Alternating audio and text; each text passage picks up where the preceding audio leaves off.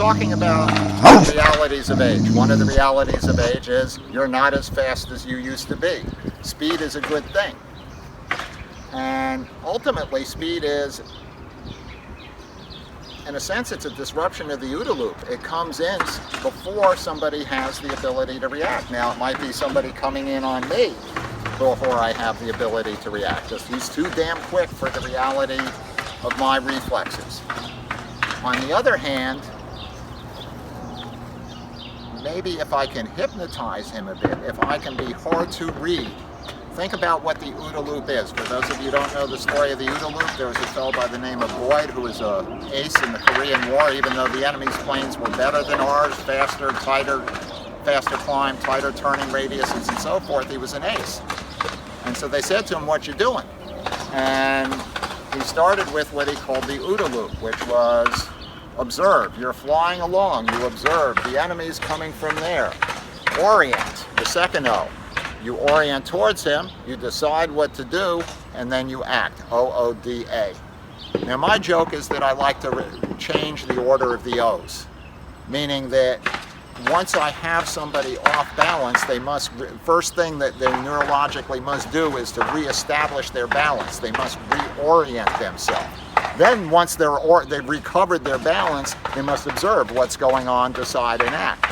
And so in the way that I like to fight, I think in terms of disrupting balance. It's more important to me that I break somebody's balance than that I hit them well. Because if I've broken their balance, I stay on the attack. If they see my hit coming, they can take that and then they come back at me with what they call the Umofo shot. And so one of the things I've been playing with is various games. It starts out at a very simple level. I call this is the abecedarios, which is one of the Filipino dialects for ABCs, the ABCDs, Abe, Say, God, and so, you know, we have the double clock. This is, Eric does this, you know, from his bikini tertia training. But then we start playing games where, how do you go to that only moving forward? Both sticks are moving up. One is down, one is up. I change which is up, which is down. I'm in the center, now they're both going down, right? Now, how do I go it to one up and one down? Only forward movement. I'm not reversing movement. I'm not going this way and then retracing my steps. Now I have one up and one down, right? See, now I have one stick doing an upward 8 and the other one's doing a downward 8. Now I just changed what they're doing. So even when I go to and, I'm trying to make myself hard to read. And so in JKD, one of the things that's spoken of is line familiarization. So if I can give unfamiliar lines and in my movement, notice see how I'm hiding behind my elbow? People fight in what we can call, playing in rhythm and music terms, 4-4. 1, 2, 3, 4. You look at your Muay Thai pad combinations. You know, jab, cross, round kick, you know, switch kick, so forth. It's 4-4, whereas Kali is 1, 2, 3, 1, 2, 3.